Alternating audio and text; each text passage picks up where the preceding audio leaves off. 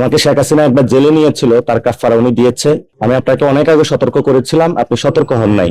এটা আমি পার্সোনালি নিলাম, আপনি এটার কাফারা দিতে হবে। এই যে দেখেন হলো আমার হাতে হলো ইটটা হলো অনেক জোরে হলো আইসা লাগে, এবং প্রথমে হলো গ্লাসটা ভেঙে আমার সাথে যে আমার সহযোগী ছিল সে অনেক রক্তাক্ত হয়েছে, এবং ওইটার পরে আবার আমার কাছে এসেছে। গাড়িতে ইটটা এখনো আছে।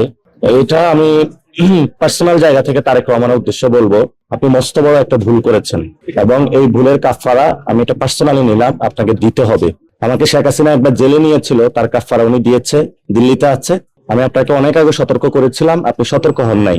এটা আমি পার্সোনালি নিলাম, আপনি এটার কাফারা দিতে হবে।